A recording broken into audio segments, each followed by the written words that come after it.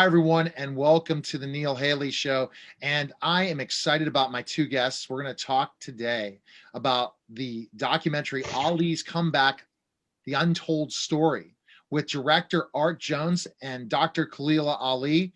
Art, thanks for stopping by. Dr. Khaliah, thanks for stopping by. I appreciate you coming here to talk. Thanks for having us. Awesome. Let's go right to Art. Art, why did you decide to direct this? What made you, got you interested in the story so much?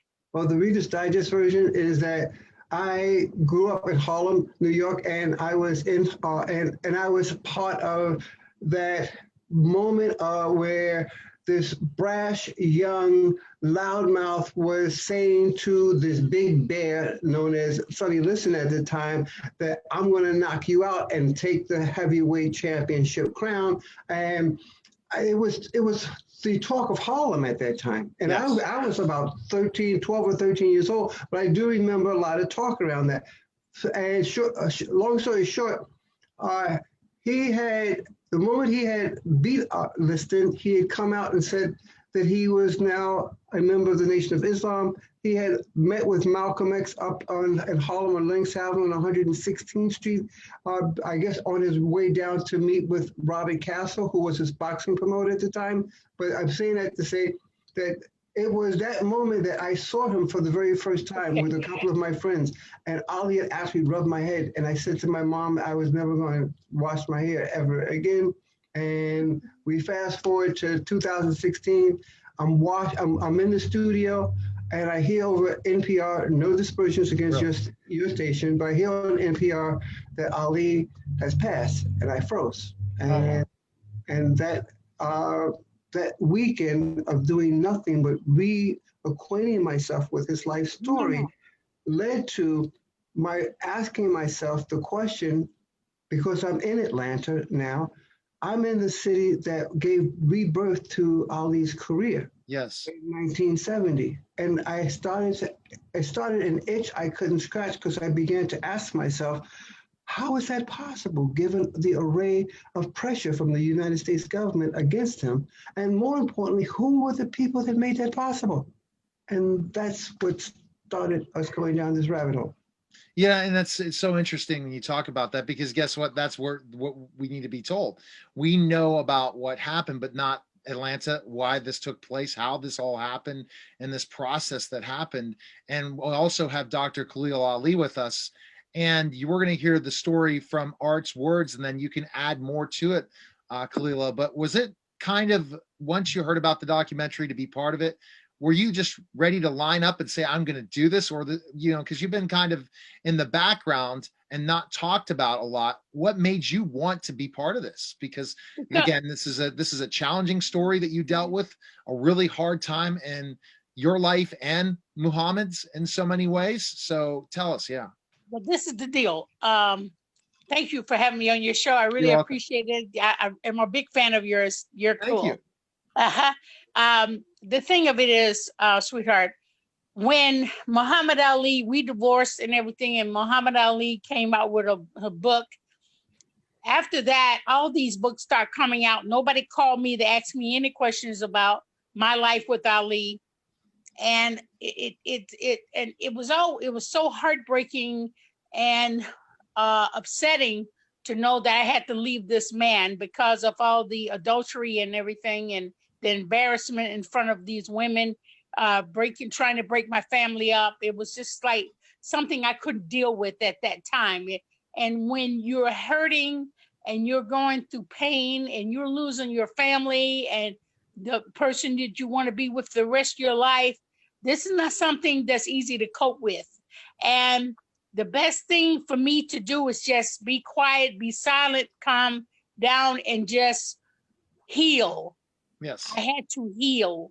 And after I've seen all these books come out as I was healing, and I'm saying to myself, now they wouldn't write a story about John Kennedy without Jack Onassis. Yes. They wouldn't write a story, even though they gave a hint that I was there, but it was just heartbreaking to see how much I did so much for this man when nobody else was around.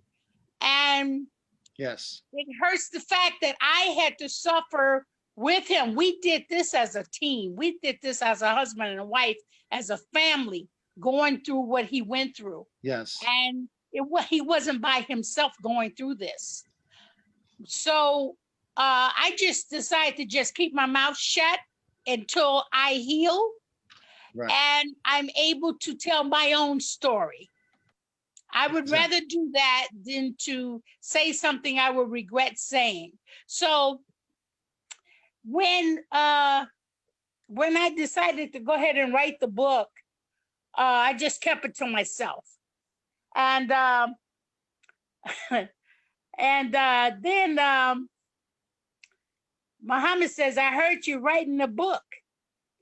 I said, yeah, I think I'm going to do that because my story hasn't been told. You didn't tell anything about me and you. Right. So he said, looks like we're going to have to take the first plane out of the country then. I said, well, if that's what you got to do, that's what you got to do. And he said, my manager's scared and upset. He's scared. He said, matter of fact, I'm scared. I said, I said, you don't have nothing to be afraid of. It is what it is. And then he go, oh my God, this is not good. So he, even after the divorce, we stayed friends. I decided to just stay friends, forgive him for everything he ever did to me, and just move forward because we have 4 beautiful children. We had a beautiful Muslim family before it was broken up by these here treacherous women that go around breaking people's families just because they want some money. So, and they did everything that they could do to do it. I mean, fertility pills, taking, trying to get pregnant by him, and it's just a mess. Goodness. It's crazy. But in the long run, I start understanding people. I start understanding who I am, to what I can do to further. So when Art Jones came out with the Ali comeback, I go, oh my gosh. I said, somebody actually called me about this, because this is the thing. I was with him during the best times of his life.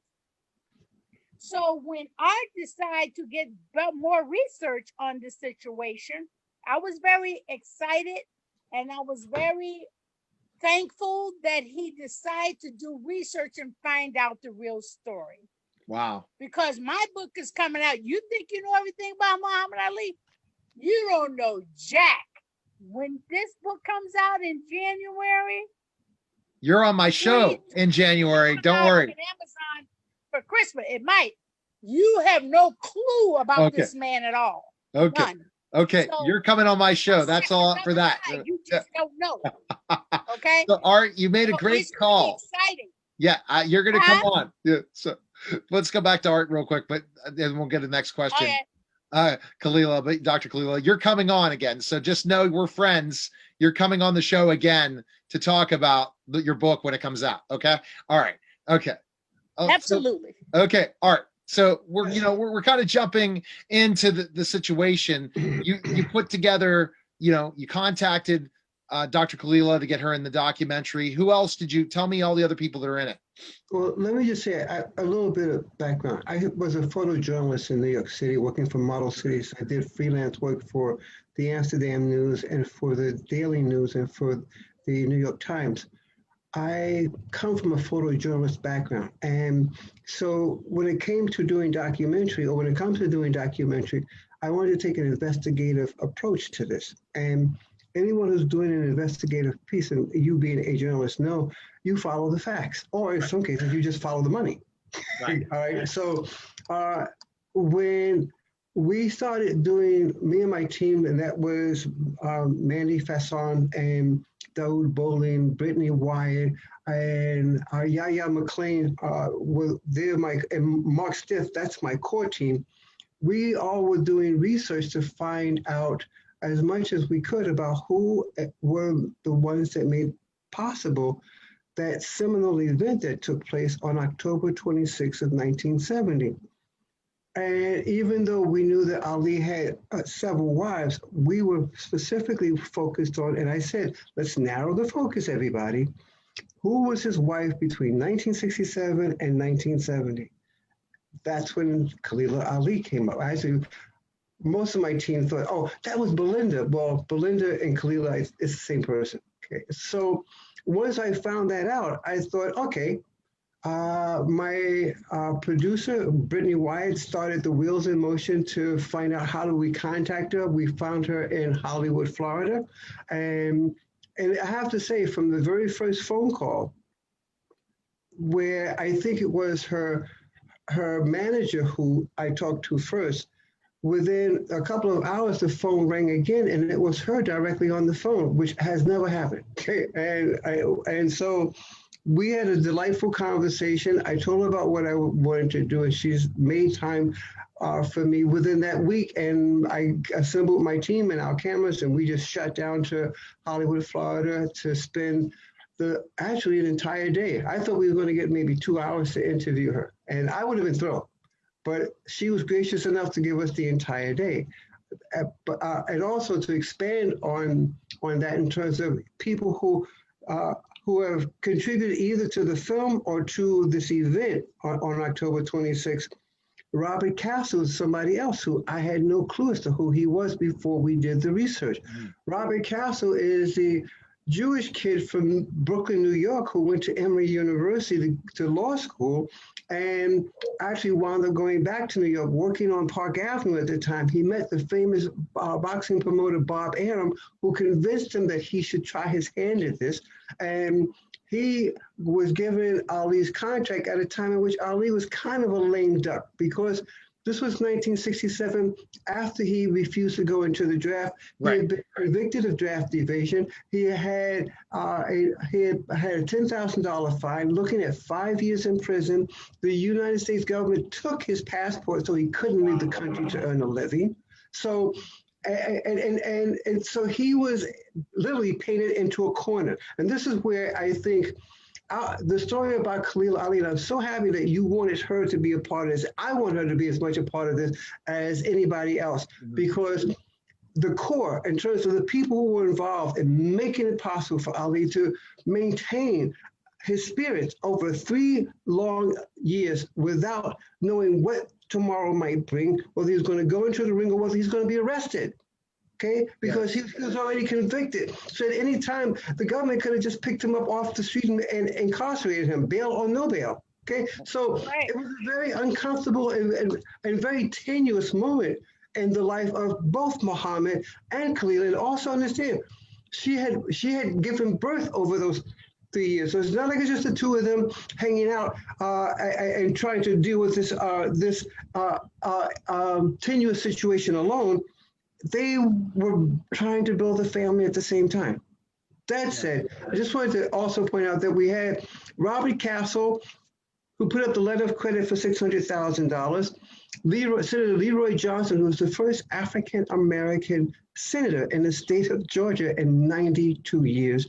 He got the license. Interestingly enough, I think coincidentally, Sam Cassell was the first Jewish mayor ever in the city of Atlanta in 1970. Wow. So you have a unique coming together of disparate elements that coalesce to create this alignment that paves the way for the greatest athlete of the 20th century to come back onto center stage once again. Right. So, yeah. Okay. So going back, Khaliah, when he decided that he was not going to go to the draft and go to war, what were your thoughts when he first said that to you and said, I'm going to do that? Was that a family decision?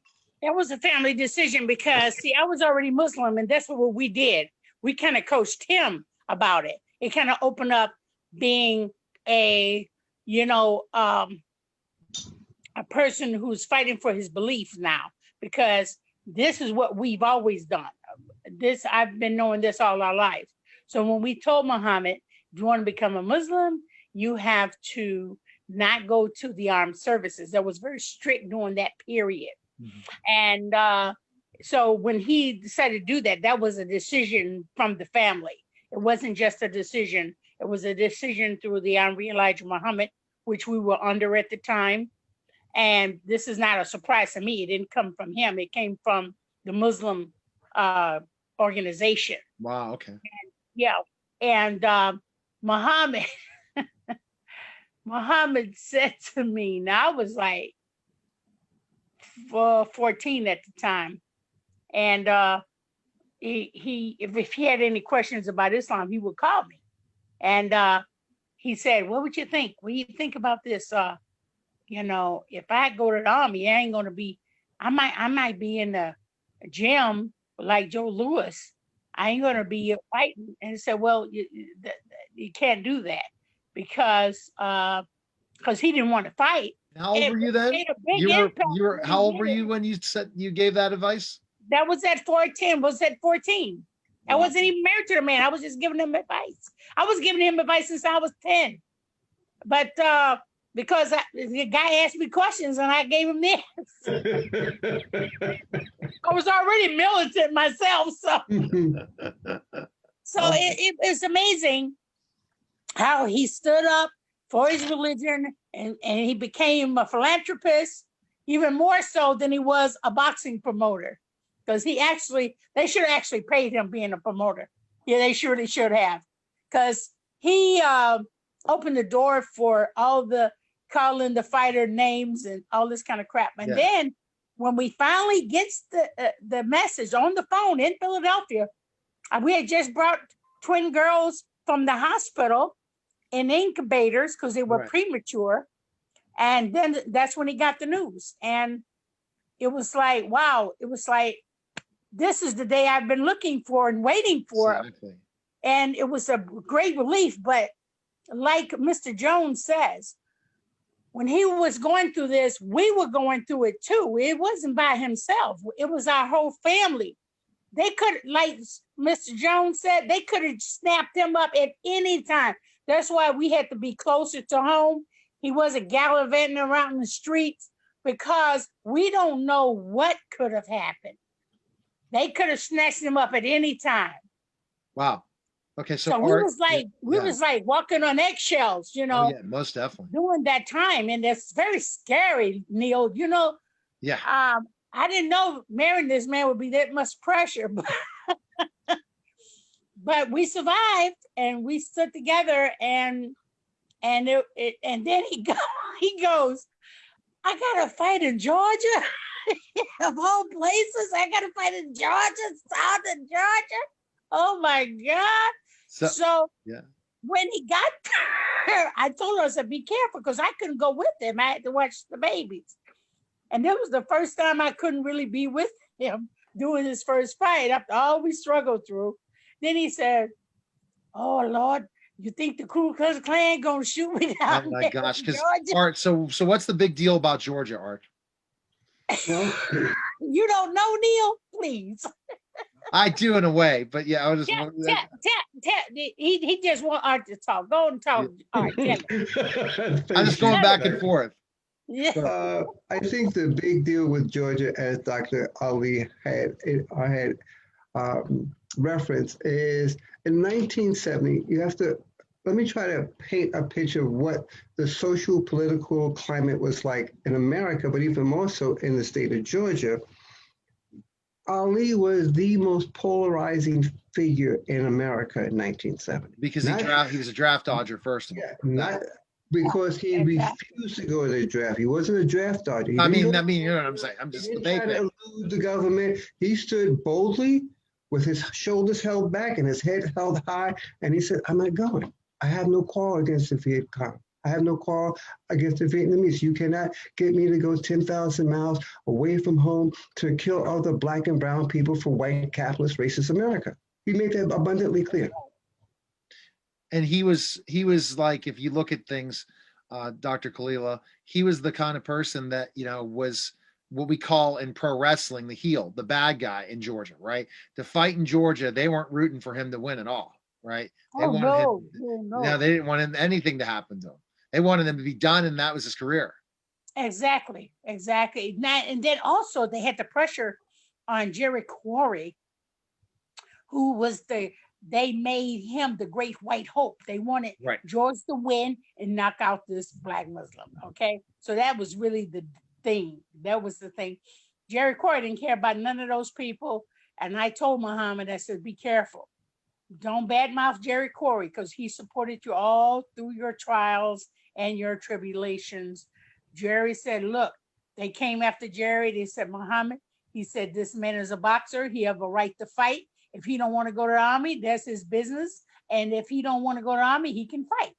And you shouldn't stop a man for be a boxer, try to stop him from fight. So Jerry Quarry and his family was very supportive of Muhammad Ali during the time of the fight. And Jerry was really honored to fight Muhammad Ali. Of course, he wanted to fight to win. Ali was just better. And but he was a kind man who actually literally supported Muhammad during his trials. Let me say That was a something. kick. Let That was a me kick. That was a say beautiful- there are two things I want to say with regard to that. I want it to be known that Jerry Quarry did get a raw deal when it came to the publicity around his fight with Ali. Originally, the fight was supposed to be with Joe Frazier and Muhammad Ali. Understand, Neil, it's been 3.5 years since Muhammad Ali has had a legitimate license to fight. Senator Leroy Johnson is able to get that license in the state of Georgia, in the city of Atlanta, because in his research to look up the Georgia statute as it related to boxing, he discovered that there was no statute. There was nothing on the books legally in 1970 regarding boxing in the state of Georgia. He created the very first boxing commission in the city. That was the whole. Okay, legally, there was no boxing commission. One, so he gets his license, but the license says Cassius Clay, aka Muhammad Ali, to fight Joe Frazier.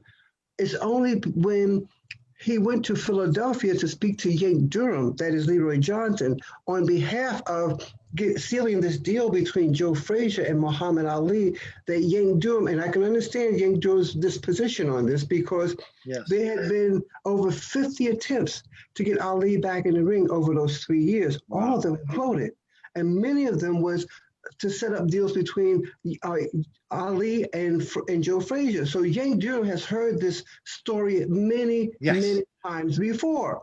So this guy who is not even in the boxing world, he's a state senator. He flies up to Philadelphia and says, I got a legitimate license to fight for Ali to fight your boy, Joe Frazier. He's like, yeah, sure, right, okay. So it's like, oh, like this is real news, okay? So long story short, they back out at the last moment. Yes. So now the promoters are left high and dry. What would be the big draw for Ali, the Great White Hope, to go against? That's when Jerry Quarry came into the equation. He was the #1 contender for the boxing crown in 1970. He was not the lightweight that people painted him as. He really was a contender. He was knocking dudes out in the first round. Okay, and he actually fought and went toe-to-toe with Joe Frazier before. He lost on a decision. He wasn't knocked out by Joe Frazier. Okay, and so I'm just saying, Jerry Quarry was a solid contender. He was someone to take seriously. The other piece here that almost no one knows until you see our film is that Ali called him directly and asked him if he would take the fight. Jerry Quarry paused and said, let me think on it. But he hung up the phone thinking, I'm not going to fight Ali, because his father, who he listened to exclusively just about, who he called after he spoke to Ali, said, no, we're not going to accept the bout. It was his wife, Kathleen Quarry, who prevailed upon him to get him to recognize that the fact that you're a boxer today is because you admire and you hold Ali as your idol. He has not had an opportunity to put food on the table or feed his wife or his children independently on his own for over 3 years. You can't deny your idol an opportunity to earn a living again. Okay. Right. So, Dr. Khaliah, when you're listening to what Art's talking about, what in your mindset, especially 3 years, as I read up on Art, some of the research that was sent, Art sent some phenomenal questions, but as I try to tell a story, I'm understanding it, that you had to suffer through a lot financially when he stopped boxing, because that was the only way to put bread on the table. So when he finally had that opportunity, were you concerned at all that what if he does lose to Jerry Quarry and then his legacy is kind of really tarnished because it wasn't Joe Frazier? You want the Frazier fight in a lot of ways more than Quarry. Yeah, well, the only thing of it is waiting for this for a long time, 3 years, struggling. I had to help him with speaking engagements, boxing appearances in Las Vegas, meeting up with Frank Sinatra, and Frank Sinatra even paid him to come to be appearance in Las Vegas. Wow. And these friends that loved Ali so much, the Sinatras and the Elvis Presleys, and they were very supportive of Ali. They loved him. They loved his character. They loved him, and they was very supportive of him. So things were okay. I mean, we wasn't living the way we supposed to be living, but we were surviving. Because you were hustling as his agent almost. Getting yes, it was. And this is the whole thing. I'm doing this for my husband. I want him to be the greatest. I want him to stand out. I want him to be there for him so he can survive this thing. Keep him up, his spirits up, because he was depressed. Oh yes, he was depressed and hurting. He has feelings just like anybody else. But that's why it was a blessing to be married, because we kept him together. We kept him whole. We kept him happy. And I try to keep him in shape. So when it does come, he would be ready. And I told him this is the most important thing. I mean, it's already 3 years and you're in your prime and you're not fighting. They owe you this, and you need to stay in shape for this, because they're going to come out of nowhere and you don't want to lose your fight that you're going to first fight for. And he says, how you know I'm going to get my license? But how you know so much, and you never been nowhere. Wow. I said, well, I just have faith. It's just something a mother does. I just had faith, and I've always had faith. And I think that all his sacrifice and all he ever did, I think God was going to bless him. And I really believe that. I wholeheartedly believe that. When nobody else thought the same, you know what I mean? It was, but you know what? After all is done with, that shows you another thing, Jerry Quarry's wife.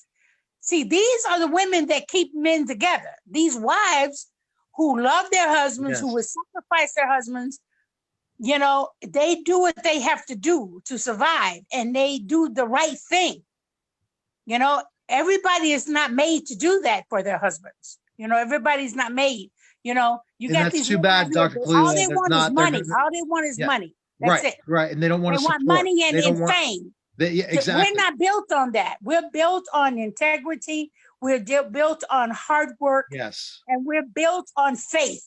And that's important. It really is important. I thank Mr. R. Jones for even coming to me to even talk to me. And I'm glad, because if you would see all the time, the best times of Muhammad Ali's life, you're going to see me. I'm there. Because you were there for him. And Art, that's the biggest problem in society. If you look at marriages that fail, even though we're going to talk about when we talk your book in January, we'll go more into you're going to have some. You're gonna have a good time. Oh yeah, I have. You're gonna make sure you tell Andrea to get my email. You know what my book is named, right? What is it? The Untold Story: The Real Woman Behind Muhammad Ali. How you like those? Yeah, see, I like it a lot, and I want to know more about it. But see, Art, that's the problem in a lot of society and life, is that women that are they're really there for their men, have success. You look at it in so many circumstances and situations in life, Art. Isn't that true? The woman that stands behind them, regardless of what's happening. If they lose it all, if they lose Jacqueline Onassis. supported her husband. Yes. You know what I'm saying? Michelle Obama supports her husband. These couples, we were the couples of the century. We were the couples that went and fought for the civil rights during our Black history. Muhammad Ali and I was the main couple way before Obama and Michelle. Okay. We did this in the 60s and when the times were harder. Mhm. We made Michelle Obama and Barack Obama easy for them. Gotcha. Because we did it the hard way. We There had you it go. hard. I agree. No, and You were there. You were there when didn't have to worry about her husband, Yeah. but she was there for him, but in a different time and a different generation. Yes. What you went through cannot wait to read that book. Now, Art, let's jump right back to the documentary. What Yes. things are you going to be surprised about? You talked about off air about you had a guy that said, "Hey, I'm a sports guy. I know everything about Muhammad Ali." What surprises, without giving away the whole documentary, should we be surprised about? I think a lot of people during that time were just elated and overjoyed and exuberant, knowing that Ali was going to go back into the ring.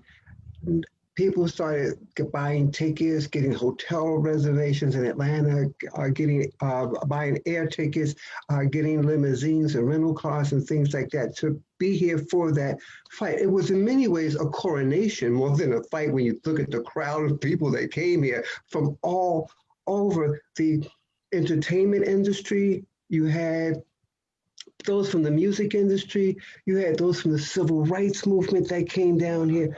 All of these, just the tip of the iceberg. From the civil rights corridor, you had Ambassador Andrew Young, the wife of Dr. King, Coretta Scott King, attended that fight. Wow. You had Julian Bond, who was in attendance at that fight. And interestingly enough, the future President Jimmy Carter attended that fight. Holy cow. Almost everybody who was anybody in the city of Atlanta in terms of politics and government were here.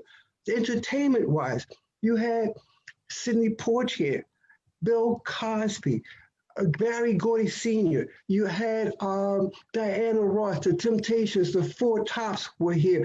Curtis Mayfield, the singer, sang the Star Spangled Banner before the fight began.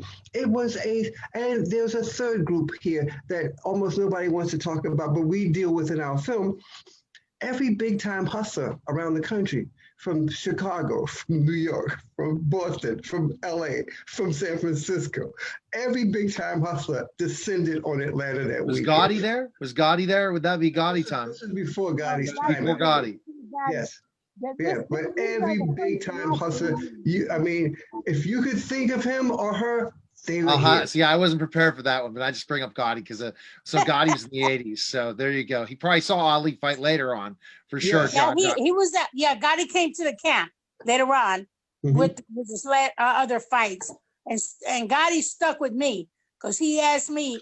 He said, "You think he's going to win George Foreman's fight?" I said, "Of course he is." He said, "But nobody else thinks so." I says, "I don't care what everybody thinks. He's winning." And he says, That's all I wanted to know. So looking at this, I guess the it's almost like in a divided America in Atlanta, Georgia, like today. So for example, if you're Hollywood and you supported President-elect Biden, you were ostracized by certain parts of the country. The same thing happened going into this fight in Atlanta. Dr. Khaliah, that was not the best environment. And you asked me like, oh my gosh, really? It's because I did not know that background and I wanted to kind of understand it more. But you're right, the racial divide that was happening and people that, yes, Hollywood was for it. Yes, the hustlers are for Ali. There were certain fans of Ali, but a lot of people hated him. So that's what where a lot of worry was, right?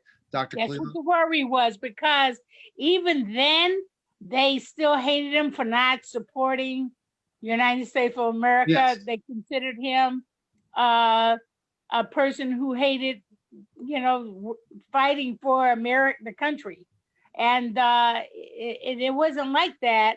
It was the fact that he believed in something higher Yes. than war, than war. And Muslims don't believe in war either.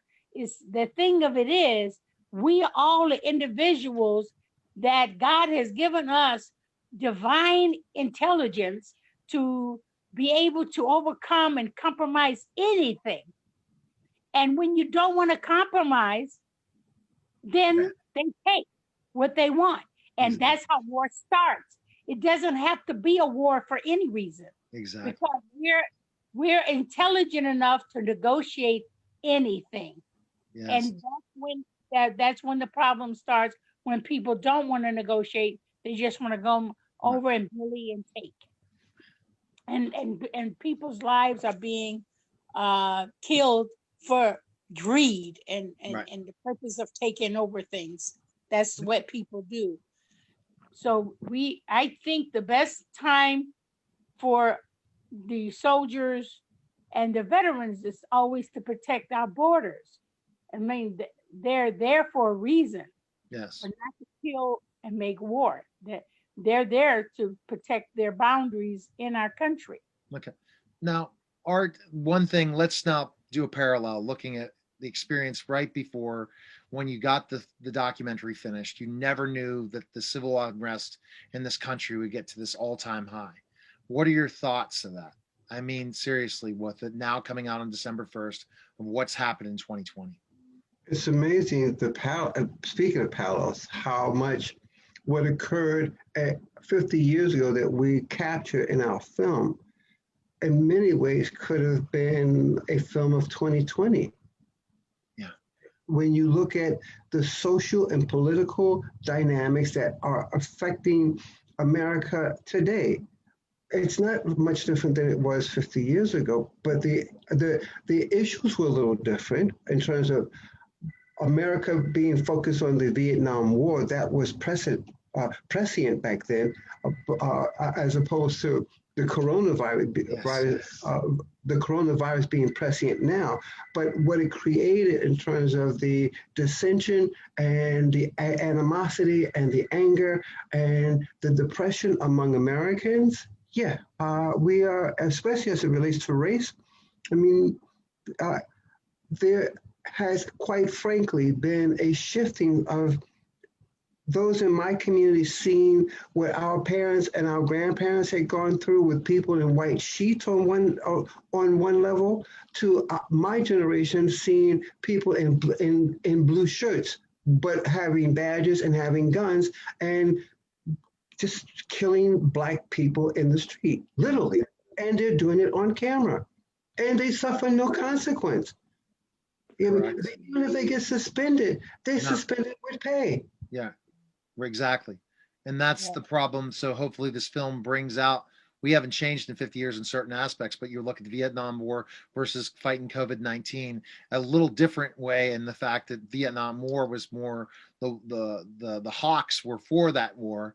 There's a difference. The people that really are interested in fighting COVID-19, the sad thing to say, are one political side, when another side thinks that they don't need to fight it at all. So there is a lot of parallels for sure. Now, questions I'm going to ask both of you, really, why should we see the film? I don't want you to give away all of it. People need to definitely check it out. Dr. Khaliah, why should people see the film? They should see the film because this was a trying time. This is a good film for future athletes. This is a time for people to study and know that they have to make a stand in their life. They have, like they say in the airport, when you see something, you say something. If you can't do it with your mouth, do it with your fists. Yes. Fight for freedom and justice, because we have to always keep fighting for that. Even after Ali wasn't recognized, or they didn't like him, because you got to remember, they didn't like him for not supporting his country. But the veterans today all love Muhammad Ali because he stood for what was right. And even the veterans, the government never gave them anything when they came back. These veterans had to work hard and make a veteran policy to help them with medication, to help them to everything that they need for fighting and sacrificing their lives for a war that they shouldn't have fought, but they did. Exactly. And it was a good thing for them, but they had to get themselves together and fight for medication, you know, for the veterans, for their homes and their families. No government did that for them. They stood and did that for themselves. So they understood what Ali stood for. They understood that when they put that man out there on the line, you come home, you're supposed to be taken care of. So Right. since the government did not take care of our veterans, the veterans got together and took care of themselves. Okay. All right. Let's just jump right into why you feel that everyone should see the film. Malcolm X one time said, if you don't stand for something, you'll fall for anything.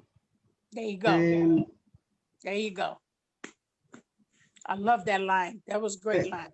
And understand, for me, as a young kid, seeing, and I did come from a two-parent household, so I had my father in the household, and he did have his influence on me in many ways.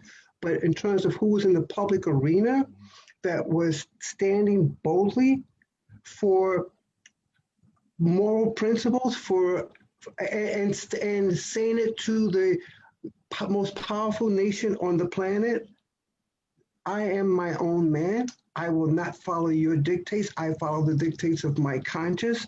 And for those who feel kind of lost and kind of alone and kind of disconnected, for me as a young kid, that was very connecting to hear that come from Muhammad Ali. Mm-hmm.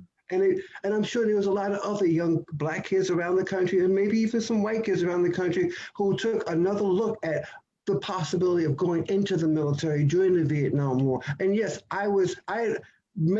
Ali helped me to make a firm decision as to my position with regard to the U.S. military during that time. Even though I later grew to the age where I could be drafted, even when I got drafted, I made it abundantly clear, there's no way in the world I'm going, and I'm not going to try to escape. That was set into my soul by Muhammad Ali. That said, for anyone who, in this climate that we're in today, who is feeling that sense of aloneness, that sense of disconnected, or that disjointedness that one feels from not having a firm foundation or a firm root in something that matters. Our film is the epitome of the story about someone who snatches victory from the jaws of defeat, who is able to inspire others to want to find something that they believe in, or rekindle and brush the dust off of those things that they one time did believe, and hold fast, recognizing that as long as you have that connection to something that matters to you, that you believe in, you'll never be alone. Okay. And so there's where the uplifting and the inspiration of our film comes. And in a time such as this that we're in, we could all use something that's inspirational and something that's going to uplift us spiritually. And that's why I think people should go see Ali's comeback, The Untold Story. You know what, Neil? Can I say something to you? The reason why this film is so important is that, like any other document in our history that need to be recorded in detail, like the Alamo, down over there with the Wounded Knee, with the Indians and the soldiers. Each movie has come out and made specific details on some of these events that built America's history. Yes. And by Muhammad Ali going through what he went through, no one has never done that before. And he did it in the prime of his life. Yes, he did. He sacrificed the prime of his life. It's like getting a scholarship to college and you go, I'm not going there because they don't like Black people. It's almost like that. It's like you see this picture above me right here? Yes. You see Muhammad Ali there? Yes. there's a quote underneath that picture says, "Don't count the days, make the days count." So, Dr. Khaliah, did you help Yes. him in his ability to speak at all in different? Oh yeah, Oh, you can that's for the hear book. about that. Oh, yeah. no, that's for the book. That's for the book. We got to That's talk for the about book. and Yeah, start yeah. talking to you in January about that in the book and the Yeah, release. So, baby. Art. So, best thing. Also, there's a lot of other people in the film that are part of the documentary you interviewed. Oh, Names yes. of those.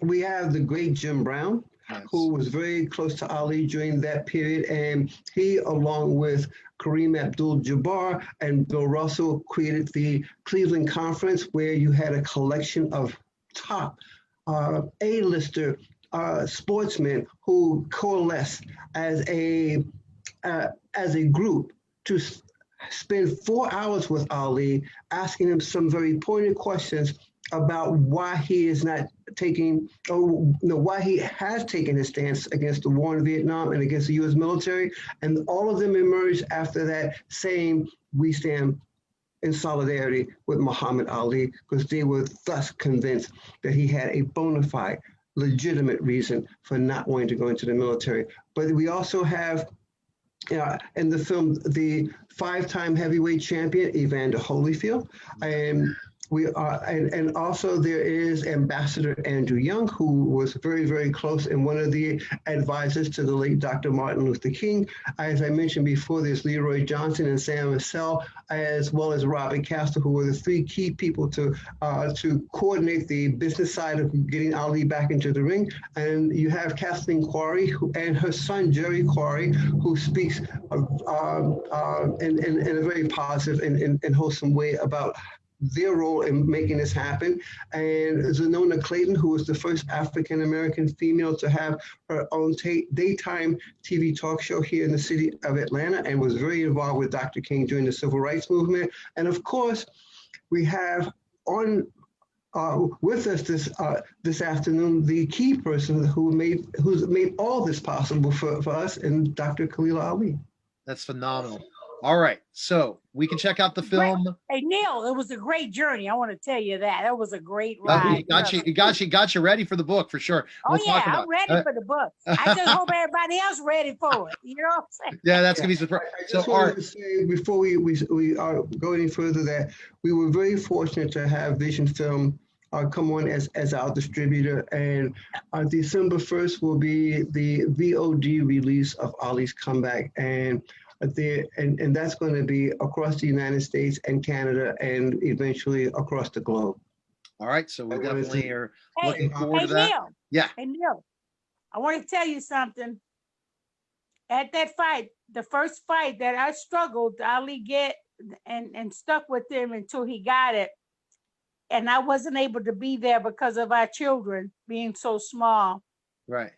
You have no idea the thanks that I gave Allah, thanks for the blessings that we went through to start anew. And it was a struggle, but it was worth it. Trust me, it was worth it. Thank you. You're welcome. So we definitely have to check it out. I cannot wait to interview you for the book in January. We'll definitely stay in touch. And Art, I appreciate you stopping by. Everyone needs to check it out. And we're going to have you having us. Yeah, and we're going to continue to promote the film. Have other guests on throughout to keep get this word out. So I appreciate you guys stopping by. Thank you, Neil. You have a great show. It's very informative. Oh, thank you so much. All right, guys, that was the Neil Haley Show. Thanks again. Take care. God bless you.